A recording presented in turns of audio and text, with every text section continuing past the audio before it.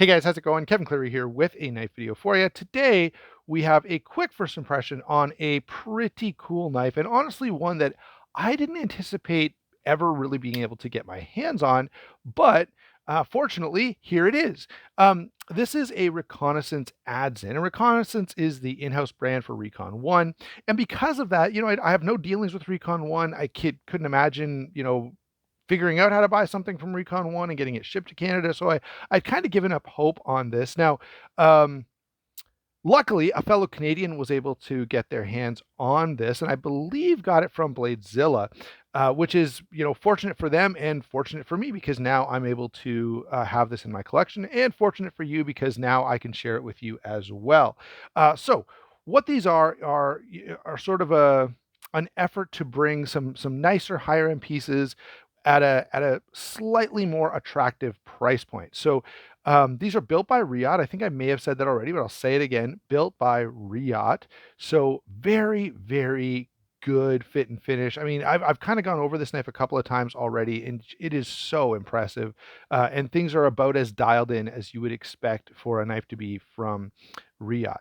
Recon One does a lot of Shirogorov stuff. They have a special arrangement with Shirogorov, some kind of relationship anyway, and you can definitely see that sort of Eastern vibe here, the Russian vibe.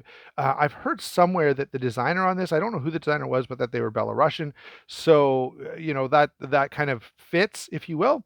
Now, one thing I have to add before we get into anything else about the knife is I do plan to do a um, bearing swap on this. I did go ahead and order skiff bearings when I was looking at some videos about this. I noticed that Lefty EDC had done skiff bearings in this exact knife, and that sounded like a great idea to me. So I do have multi-row bearings on the way for this, and that'll either be a short video or maybe part of the full review when we get to that point. So let's go ahead and get through some of the quick details on this, and then I'll give you my overall initial thoughts. So up front here, we have this M390 blade, which is very nicely done. I will complain just a little. It's got bead blasted bevels as well as the swedge up here in the back spine. The flats are um, satin and look really, really nice. But it does make me wish the whole blade was satin. It just makes the blade pop so much more. And we've got this really attractive grind here, and I just feel like a satin finish shows off that grind a little bit better. That said, it's not the end of the world. This is M390, so highly, highly corrosion resistant. I'm not too worried about it, other than I feel like it could look just a little bit sharper. Yeah, sharper, I know, pun intended. Um, Blade stock here is fairly substantial, about an eighth of an inch thick. And the overall design, we've got a pretty good balanced EDC blade. And this is something I'm pretty happy about. There's a trend right now toward, sort of thinner blades, which I'm not in love with. I think I've whined about this in a couple of other videos.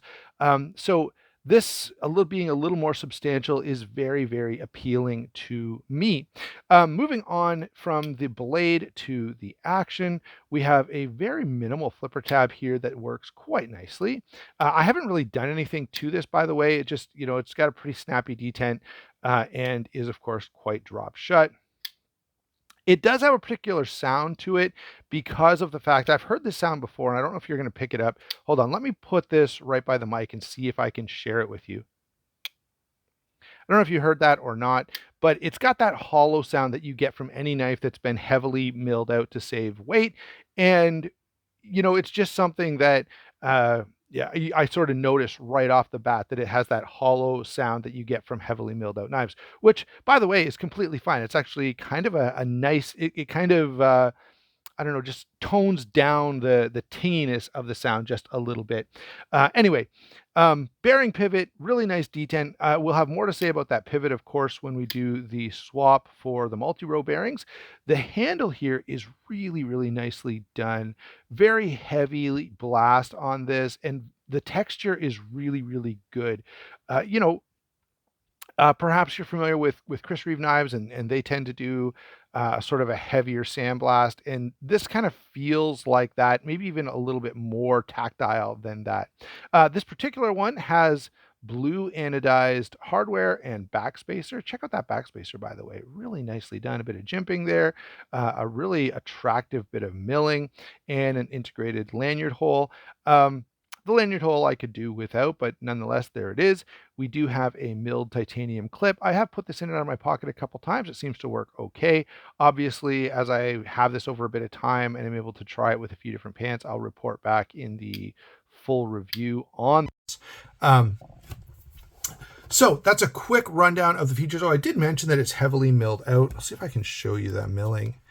I think you can probably there you go. You can probably see there that it has been relieved a fair bit to get that weight down. All right, and the size and weight on this is 3 7/16 overall, so a little over 7 3/4 inches. A little on the small side for me, but plenty of room for the hand, which is, you know, the main consideration that I have. All right, the blade here is 3 5/16, 4.5 inches closed. All right, so on a little bit of the smaller side, I got some gunk on the knife there. I'll try and brush it off. There we go. So a little bit on the smaller side, as I've been saying, 3 5/8 grip area, which is plenty for my size large hands. It's not it's not like I have tons of real estate here. So if you had hands much bigger than mine, this might not work that well for you. Okay, and the weight on this is 3.6 ounces, which is pretty darn good. The only thing I thought I'd throw in here as a first impression is just another knife built by Riot. This is the Torrent, which is one of my favorite knives of all times and remains that, even though I've had this for years and years and years. I just find this to be such a well done knife. And of course, something from Riot like this that's just a little bit simpler and cleaner, I could see having pretty broad appeal. I do wish they'd do a bigger version of this. If they did like a Adzin large, I'd be pretty excited about that. But as it stands, this is a pretty darn good knife. I have to say, my initial thoughts are, yeah, if you like very clean designs, if you like the snappy detent that you're used to getting from higher end brands, and you want something that is a little more affordable. I'm not calling this affordable by any stretch of the imagination, but a little more affordable, especially for something built by Riot.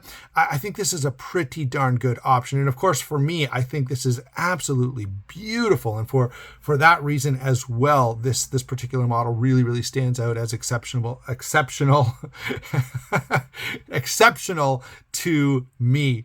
Thanks a lot for watching. Don't forget to like and subscribe. We will talk to you soon.